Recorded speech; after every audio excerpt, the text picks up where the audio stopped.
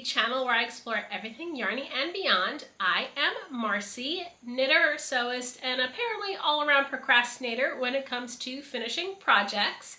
This is episode 6 of the Wool Meets World podcast.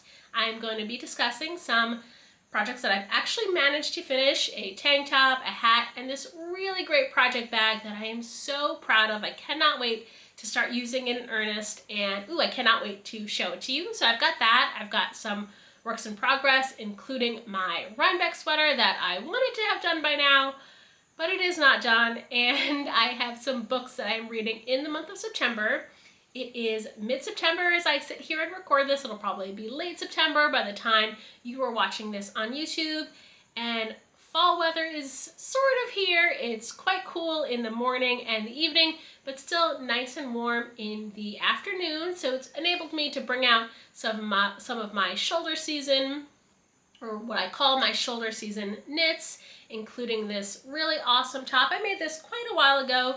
This is the Rift Crop, and it is from Jacqueline Cieslak, and it is knit in this really breezy fiber. It is from Manos, Uruguay. It's the Serena base, which I believe is a cotton, maybe alpaca blend, and it is in the colorway Fig.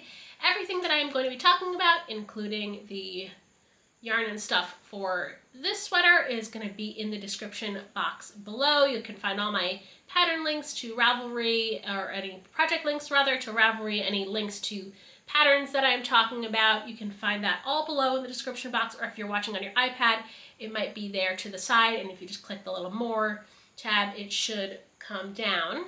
So with that, let's get into some finished objects. So apparently I have just not had the headspace to figure out what I need to do to finish a project, and it's taken me forever to get things finished, but I've finally done it with this particular top that I have been working on since June. Here it is. This is the Twist Loop Tops by Other Loops, and it has just turned out great despite me having to kind of modify the armhole depth just a little bit. But it is a top-down ribbed tank, and it's got this gorgeous cable detail going down the front of it. The back is just plain rib, and the rib is a 3x2. And it has some beautiful little details like this folded over neckline, which I adore. It looks great. And then the armholes are finished off with an I-cord bind off. And it just has turned out to be perfect. The pattern is a paid-for pattern and comes in 6 sizes, starting from a 31-inch bust going to a 47-inch bust. Those are the finished measurements. And you want to make this with some negative ease so that it fits just snugly right around your bust. My husband has joked several times that this looks like a child-sized top, but when you actually put it on, the ribbing expands and it fits quite nicely. So I did have to make a couple of modifications to this pattern, and as I said, it was on the armhole depth. If you watched, I think maybe the last podcast episode, I had gotten down the front of the top. I think you cast on at the shoulder, knit down the front, knit down the back, and then you connect in the round at the armhole. So I had gotten down the front and realized that the armhole was going to be way too long, and it was just going to give me a really healthy dose of side boob, which, if you like side boob, more power to you, that's great. I do not. So I knew I needed to rip back and kind of adjust the armhole depth. All my pattern modifications can be found in my project page on Ravelry, which again is linked down below, but just quickly here, I started with a modification to the cast on edge at the shoulder. I cast on 5 additional stitches, and that both gave me a slightly wider strap at the shoulder, and then it enabled me to cut out one of the increased repeats going down the armhole, which was quite helpful. So I cast on 5 extra stitches at the shoulder, and the increases for the armhole, it is a 10 row repeat, and I believe there are 6 of them for the size that I did. So I was able to cut out 1 repeat, so I only did 5 increase repeats. And basically what I did was I increased faster in order to get the same amount of stitches I needed for my size at the armhole or at the bust, while still increasing faster to decrease this armhole depth. It worked out really well for me. I think I did 2 of the pattern repeats as is, and then for the remaining 3, I eliminated, out of 10, I eliminated 4 of those rows, and all of those notes are in my project page if you are interested in that.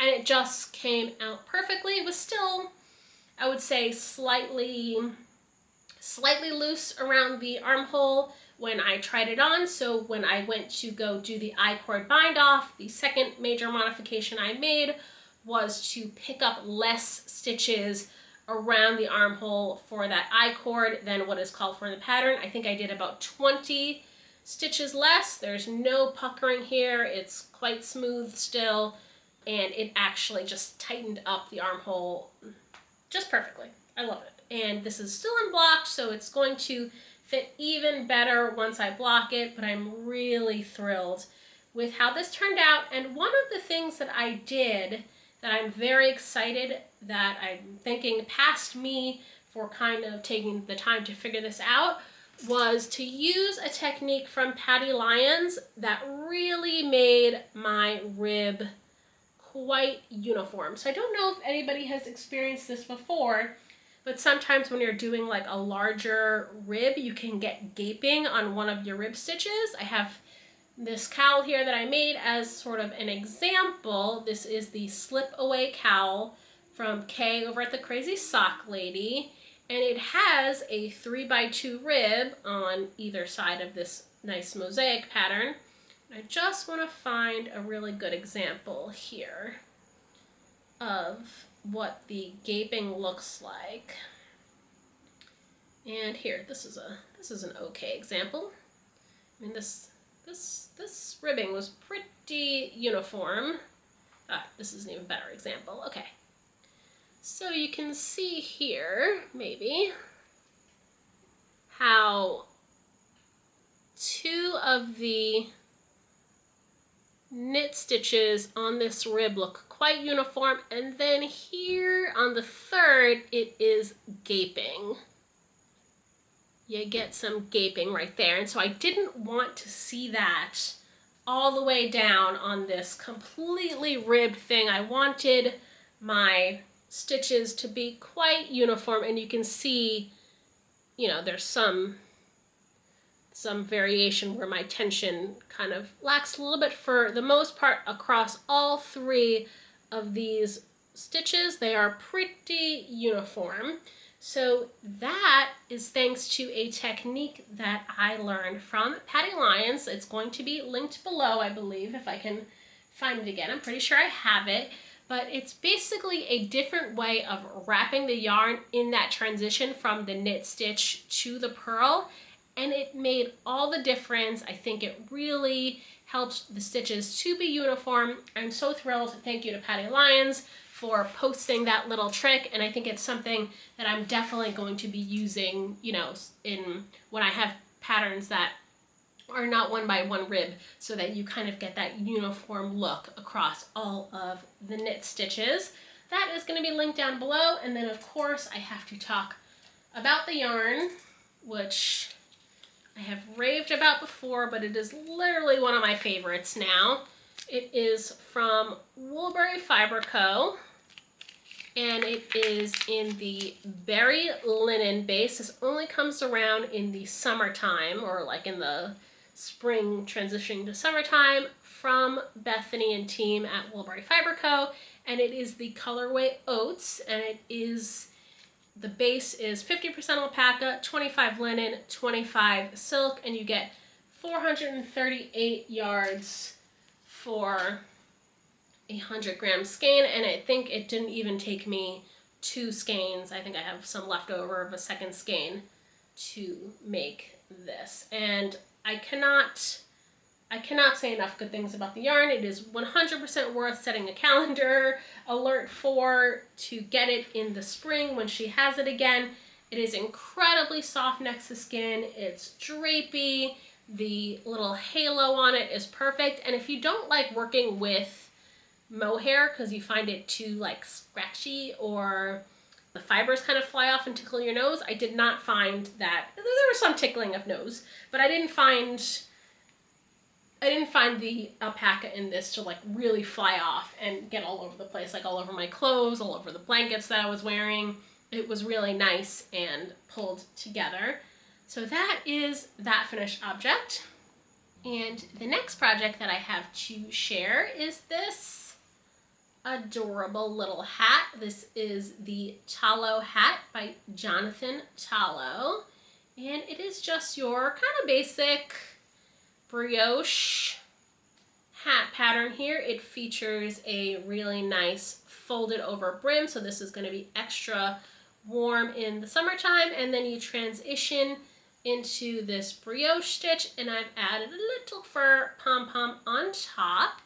And I made a slight modification to the pattern. If you look at the pattern pictures, it fits a little bit more like a skull cap, and I just added about ½ an inch in the body of the hat to give it that minorly slouchy look. It still comes down and covers my ears really nicely. So like I said, the double folded over brim is going to be nice and warm. Okay, now that I'm looking like a crazy person here. So this is a not really reversible hat. Well, mine has a pom-pom on it, so it's definitely not reversible, but when you tack down the folded over brim, you get this little ridge here, so it makes it kind of really not reversible. But if you don't mind having that little ridge, then I suppose it could be reversible. So there are two sizes to this hat. The first size, size 1, fits a 19-inch to 21-inch head circumference, and then the second size is a 21 to 23-inch head circumference. I think I determined that I have a 21-inch I have a 22-inch head circumference, so I chose to do the larger size. And as you can see, like I said, this is blocked and washed and everything, so it's not super tight. It's got a little bit of slouchy look thanks to the extra ½ inch that I added in here. And so the brim total unfolded was about 5 inches. So from the fold over to the start of the brioche, this is a 2.5-inch brim here.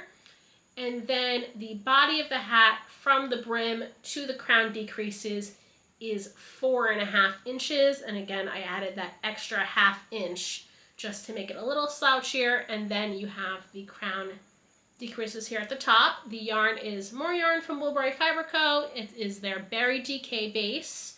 And it is from the same collection. It is their Coastal collection. This brown color being driftwood. It's a really nice variegated brown.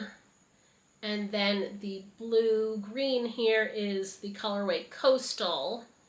And lots of gorgeous blue-green what is that word? Variegation to it. And I love the way this turned out. I always find brioche in the round particularly to be kind of mindless and go quickly. So that I actually did not procrastinate on this project. I procrastinated on adding the pom-pom for some reason. I don't know why. Apparently I can't stop procrastinating lately. The next project that I want to share is the one I am so excited that I finished. This is a sewing pattern, and this is the Core Belt Bag. And I am just obsessed with the way it turned out. It has a nice zipper and a pocket inside, and then it instructs you to make this really nice adjustable strap that you can then use to adjust how you wear the bag. You can wear it like a crossbody bag. You can wear it more like fanny pack style. You can then even pardon if this hits the microphone, you can just kind of drape it over your shoulder if you like. So the way that you can wear this bag is pretty versatile thanks to the sliding buckle strap here. So I made this bag out of upcycled denim jeans that I had. My curvy girls will know that eventually your jeans will maybe wear out in the thigh region. So that is the part that you see here right in the back. I was getting a hole right in my thigh. So I put the jeans away, kind of intending to mend them and wear them later. And I just completely forgot that I had them until I found them a few months ago, and I thought, oh, I need to do something with these jeans, and I decided to do this really nice belt bag, and it has a zipper. The lining on the inside is some scraps from a quilt, and it's got, oh, pardon my needles, I've already got a project in it, and this is scrap from a quilt that I completed earlier this year. This fabric is from Ruby Star Society, and it's just this nice light blue with some gold and dark blue speckling to it, and it is a fabric that I have at the quilts downstairs in my living room. The zipper is from Zipper Valley. It's a nice floral with a bronze teeth, and I have all the bronze bag notions here. These are all from Zipper Valley. The webbing, however, to make the strap, this is rose gold webbing. This is actually from Sullivan's trim that I had, and I think it really went along nicely with the kind of pink rose gold in the zipper tape that I had. So I just love the way it turned out. Made a couple of modifications to this bag, the first being here along the zipper. I believe the seam allowance in the pattern is 1/2 inch along the entire pattern. So for the zipper, I made it a 1/4 inch seam allowance just when attaching the base of the bag to the zipper, just so that I could get this really nice zipper tape to show. You have to do a 1/4 inch seam allowance rather than 1/2, otherwise you wouldn't really see the patterning on the zipper. And then the other modification that I made that I am so thrilled was it comes with a pocket, which I'll show you in a minute, but instead of using that pocket, I made myself a nice elastic pocket, and this can actually fit a 100-gram skein of fingering weight yarn. It probably fits a DK, or not a skein, it fits probably a cake of DK weight yarn. It fits a 100-gram cake of fingering weight yarn, and it is sewn off to the side so that I can fit my project and like any other items I need to be carrying around, like my phone and stuff, on the inside. And then of course the denim jean pockets are actually usable. These are the pockets that were on my denim jeans, and they are functional in this pattern. So as I said, it is the Core Belt Bag, and it is a free pattern from Core Fabrics. The pattern instructions can be found on the blog and their website.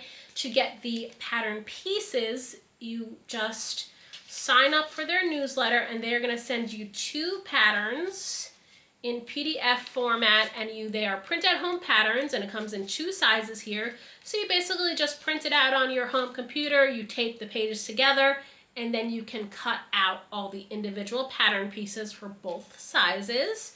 And it comes in a smaller size and a larger size, and this one that I did here is the larger size.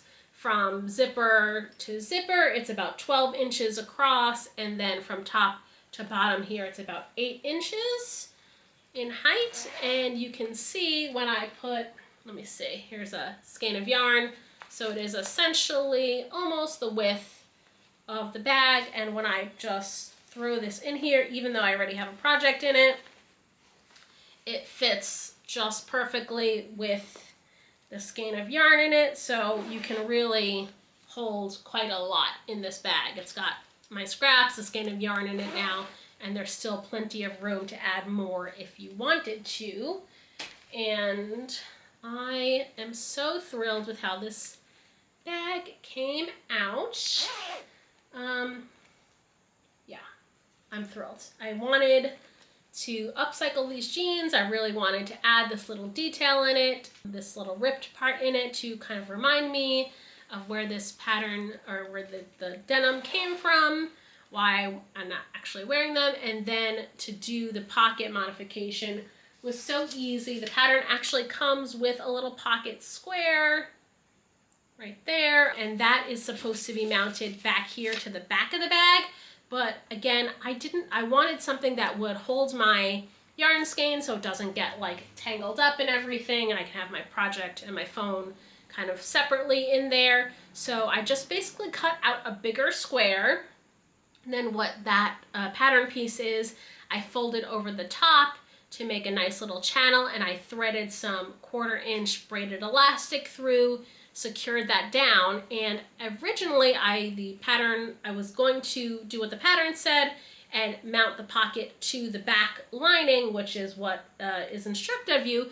But for me, since I am using the pocket to hold a skein of yarn, I didn't want there to be so much bulk right here in the center and not be able to fit anything else in the bag. So I mounted the pocket on either side of the front and back lining. So basically to do that, I pinned up part of the lining as if it was sewn together. I pinned the one side of the pocket on the back lining, one side of the pocket on the front lining, sewed that down, and then proceeded to sew up the lining as instructed in the pattern. It worked out perfectly, and I cannot wait to keep using this. I already have a little project in it, which I will talk about right now in my works in progress. Okay, so this works in progress section is going to be super short because I have just been scrambling to finish these tank top and then this sweater pattern that I am working on, and I just cannot seem to get the motivation or the right headspace to finish anything. So my works in progress are quite limited here. So this is the tiny project that I am carrying around in my belt bag. And this doesn't look like it right now, but this is the December bow from Petite Knit. And I'm basically knitting a long strip that is going to be somehow twisted into a bow and secured with like another little knitted piece. As we've established, I am a procrastinator. I've been obsessed with all year the trend of like wearing bows as accessories. So finally I got around to casting on a little bow that I can turn into like a hair piece or even just a little fun attachment for my project bag. And I am just using some scraps that I had laying around. And this is yet another Woolberry Fiber Co. And this is the Berry Sock BFL base in their colorway Camp Woolberry. This was a membership exclusive a couple years ago if you participated in one of her member events. And it is a nice kind of peach with some variegation like pink, blue, brown variegation, very Woolberry Fiber Co. And I'm holding it together with this cream mohair. This is Knitting for Olive soft silk mohair in the colorway cream, and I used this exact pairing for a sweater, for the No Frills sweater by Petite Knit, and I had some left over, so I am using it to make myself a little matching bow to wear. And that is basically what I am carrying around in my belt bag. I've got my pocket here where I can just put my scraps, and it's, just sticking them right in there. It's held nice and together so they're not rolling around the rest of my bag. And my project is going in the bigger part of the pocket. And so that is that project, and on to the main whip that I am working on, and that is this sweater that I have for Rhinebeck. I've also been working on this since maybe June and have not found the motivation to finish. This is the Home Sweater by Kadri, and it is, again, a paid-for pattern. Plenty of sizes. This one is incredibly size-inclusive, which I love. It has got built-in ease to it, so it's going to be quite slouchy. And it is a top-down knit in the round V-neck. And so I've gotten all the way down to the hem. It is a split hem, so I've done the back. I'm working on the front, and all I have left are my sleeves to do once I finish the little hem here. It's a basic sweater, perfect for movie watching. You're just knitting around and around and around once you get done with the V-neck. And the yarn is really what makes this sweater. Thank you so much to Kayla over at Marissa Made for inspiring me to make this. She made the exact same sweater in the exact same yarn, in the exact same colorway, and it was such an inspiration that I just had to have it for myself. And so the yarn, as I said, is really the star of the show. What happened to my label? Don't know where my yarn label went off to, but it is, oh, it's on the floor. Pardon me. Well, I get it. Okay, it is Explorer Knits and Fibers, and it is their Boucle DK base. The colorway is To the Stars Who Listen, and this is an old, not old, but you know, it's a older colorway, and I just got it through the monochrome collection recently. And let me see, you get 240 yards per 100 grams for this yarn. It's super soft. The texture is just like delicious on this. It really elevates this rather simple sweater and makes it something so fresh and so perfect for fall. The colorway is this really nice, I would call it peacock. It looks blue in some lights, it looks green in the others, and it's just a really deep, saturated blue-green.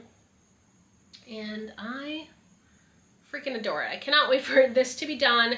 As much as I love the texture and the softness of boucle, it is not gonna be my go-to fiber moving forward. I probably won't knit too many sweaters in boucle just because it is a little bit difficult to work with.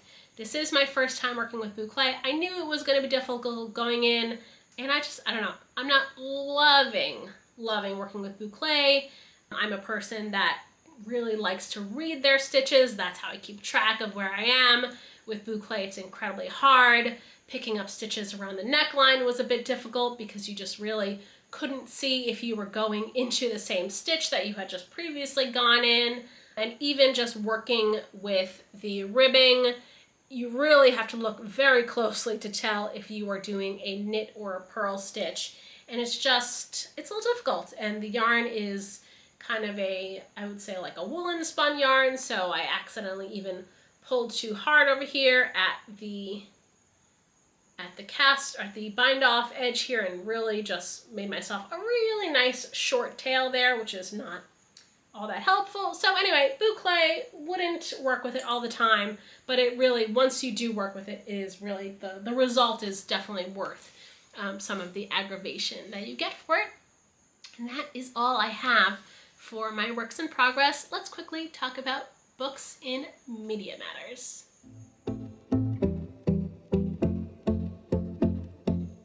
So through August into September, I read a massive book, and it is called The Forgotten Garden by Kate Morton. It is an older book. I think it was published around 2009, about 630 pages.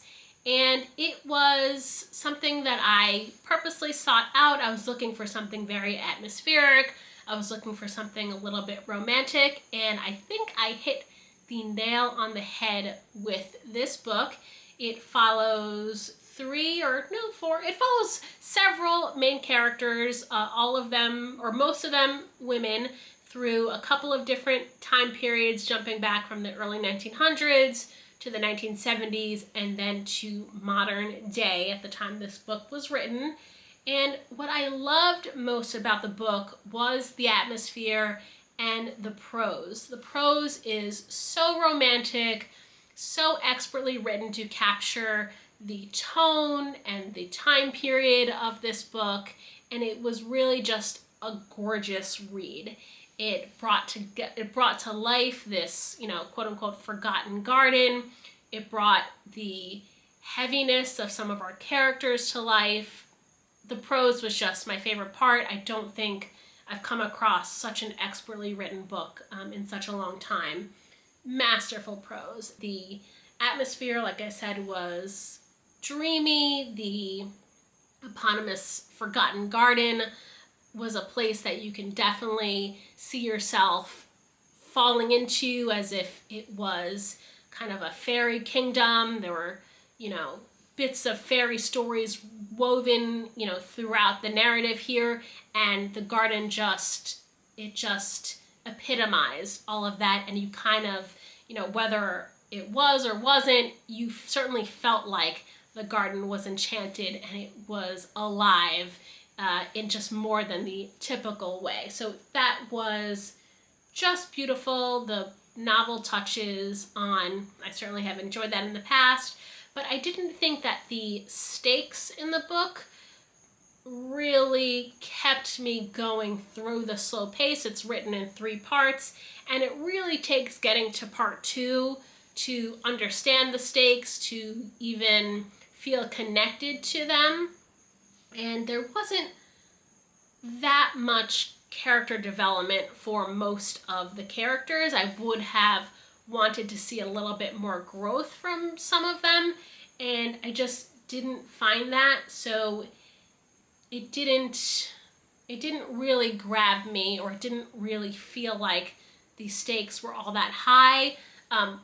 It was a slow-paced book, and it was a very gentle mystery, and it was very much peeling back the layers of an onion, or I don't know, it was even softer than that, the layering of it was so delicate. It was like almost peeling back rose petals to find just like a little kernel of a bud on the inside, which was nice, but could be maybe frustrating to some. I mean, I still gave the book 3.5 stars in my review of it on Storygraph, and the atmosphere and the prose are really what kind of bumped up the stars and made me actually want to finish the book.